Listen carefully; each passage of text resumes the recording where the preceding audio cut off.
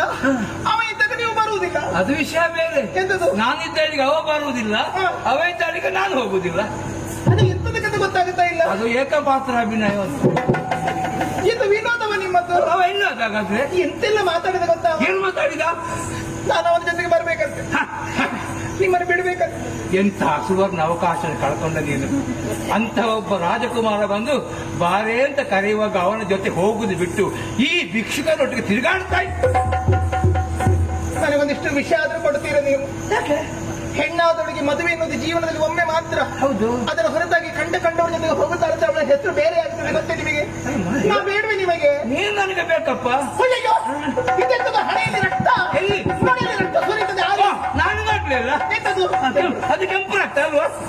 ಮತ್ತೆ ಬಿಳಿ ರಕ್ತ ಇರ್ತದ? ಬಿಳಿ ರಕ್ತ ಹಣ ಇರುವುದೇನು? ಬಿಗಿಯದ ಎಂತದ್ದು? ರಕ್ತ ಅಲ್ಲ, ಹೇಳಿದ್ರೆ ಕೇಳಿದ್ರೆ ಎಲ್ಲಿ ಬಿದ್ದದಿಲ್ಲ ನೀವು? ಅದು ನೀನು ನೀರು ಅಂಗಡಿಗೆ ಹೋದ್ಯಲ್ಲ, ಹೋದವಳು ಯಾಕೆ ಬರ್ಲಿಲ್ಲ ಅಂತ ಮೆಲ್ಲ ಹೋಗುವಾಗ ಅಲ್ಲಿ ಬೆಂಡೆಕಲ್ಲು ತಾಗಿ ಡಬ್ಬ ಬಿದ್ದು ತಲೆಗೊಂದು ಬೆಟ್ಟಾಯ್ತು. ಈಗ ನನಗೆ ತಲೆಗೆ ಬೆಟ್ಟಾಗಿದೆ, ಮಂಡೆಗೆ.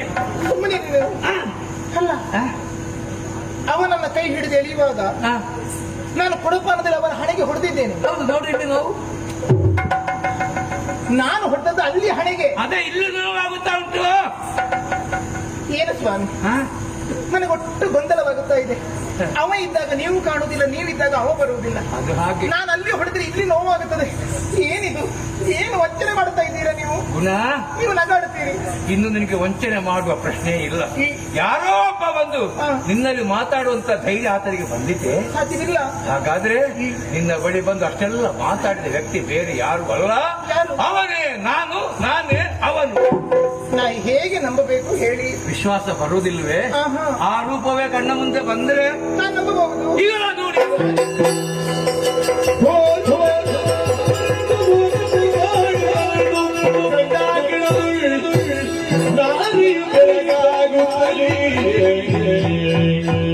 ಜೀವಿಯಾಗಲ